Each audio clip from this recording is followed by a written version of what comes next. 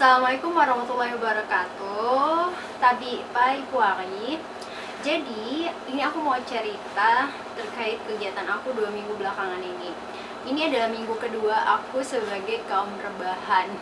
Setelah kemarin aku terakhir kerja di salah satu perusahaan yang ada di Bekasi ini. Nah, ini tanggal 1 Juni 2020 dan masih PSBB. Jadi aku nggak bisa kemana-mana sehingga jadi kaum rebahan di kontrakan ini. Nah, 3 hari pertama di awal itu aku bener-bener merasa bebas, merasa menikmatin ya kegiatan aku nggak jauh-jauh dari rebahan, goleran, tiduran, makan, dan kegiatan rumahan lainnya. Dan itu benar-benar menyenangkan dan membahagiakan di awalnya. Sebelum aku resign kerja, jadi di perusahaan terakhir aku tempat kerja itu selama masa pandemi ini gak mengenal yang namanya WFH, work from home, atau kerja dari rumah. Jadi kita kerja seperti biasa dari hari Senin sampai dengan hari Jumat.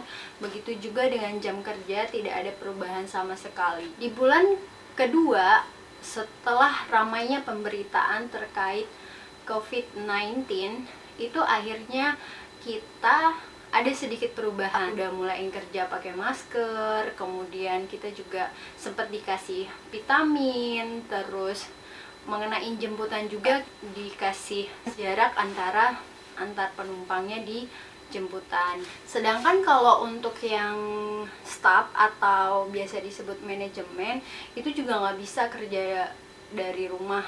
Ya sebenarnya buat menghindari kecemburuan sosial juga, karena area bagian produksi kan tetap masuk kerja. Terus kita nggak semua itu difasilitasin laptop, tapi ada juga yang pakai komputer biasa. Nah, selain itu, kenapa perusahaan kita masih tetap beroperasi? Karena perusahaan ini kan bergerak di bidang printing, dan banyak customer kita itu adalah packagingnya produk kesehatan. Jadi kita harus tetap support customer kita, karena di bidang kesehatan kan itu justru di masa pandemi ini tetap produksi gitu. Makanya kenapa selama masa pandemi COVID-19 aku nggak sama sekali yang namanya kerja dari rumah, meskipun itu cuma 1 hari. Akhirnya kenapa aku resign?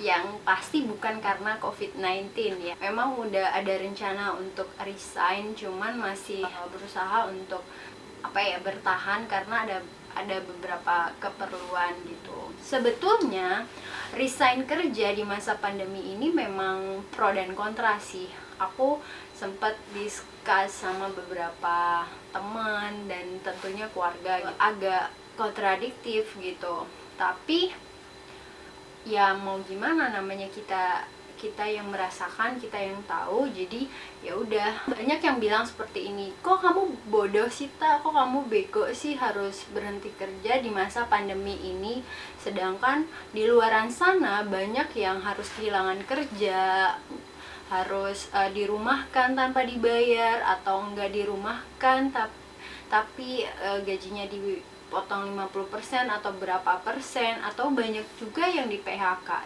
Sempet aku bingung saat itu, dan akhirnya aku telepon ibu aku di kampung dan aku coba jelasin kondisinya, dan akhirnya ya ibuku cuma bilang seperti ini, ya udah kalau memang mau berhenti kerja ya nggak apa-apa, toh juga kamu udah tahu resikonya, dan juga kamu juga bukan sekali ini berhenti kerja. Kalau memang mau berhenti ya silahkan, tapi pesan ibu, kalau nanti kamu udah nggak bisa makan atau kamu nggak punya mata pencarian, daripada yang enggak atau ngelakuin hal yang nggak baik, mending pulang kampung aja, toh juga orang tua masih bisa kok kasih kamu makan. Wow, itu kalimat simple tapi itu ada kekuatan goib yang akhirnya oke, aku resign sekarang. Nah, pertanyaan selanjutnya, setelah resign kerja mau ngapain? Oke, itu dia pertanyaannya. Sama, aku juga menanyakan hal yang sama, setelah ini aku mau ngapain. Makanya aku juga bingung. Tapi minggu kemarin aku masih istirahat dan aku merampungkan novel aku yang belum sempat aku baca. Sejujurnya aku juga belum kepikiran aku mau ngapain ke depannya. Maksudnya dalam waktu yang berkepanjangan ya, apakah aku mau cari kerja lagi atau seperti apa, itu juga aku belum pikirin secara matang-matang. Tapi ya intinya sih aku anak rantauan, tinggal sendirian ya, jadi mau nggak mau aku harus tetap cari penghasilan gitu kan ya. Amit-amit ya Allah kalau sampai aku mati kelaparan kan nggak lucu. Terus kenapa akhirnya aku bikin video ini?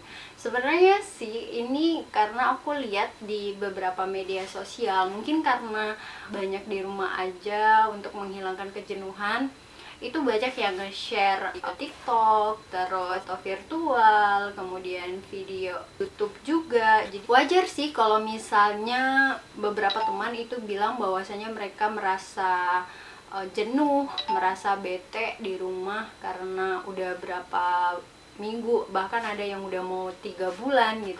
Dan tak terkecuali aku yang udah mulain jenuh, akhirnya aku juga ikut-ikutan bikin video ini. Sebenarnya di awal aku pikir akan mudah ya untuk bikin video sendirian di depan kamera, tapi nyatanya enggak. Dan aku nggak tahu ini udah diulang keberapa kali, dari pagi sampai siang, sampai sekarang udah sore, masih aja ngobrol sama kamera. Ya lumayan sih, cukup menghibur diri untuk menghilangkan kejenuhan, dan ya ini cukup ampuh sih. Nah teman-teman, mungkin itu aja ocehan gak jelas aku. Nanti kalau misalnya video ini jadi tayang, jangan lupa untuk like, comment, dan subscribe. Dadah!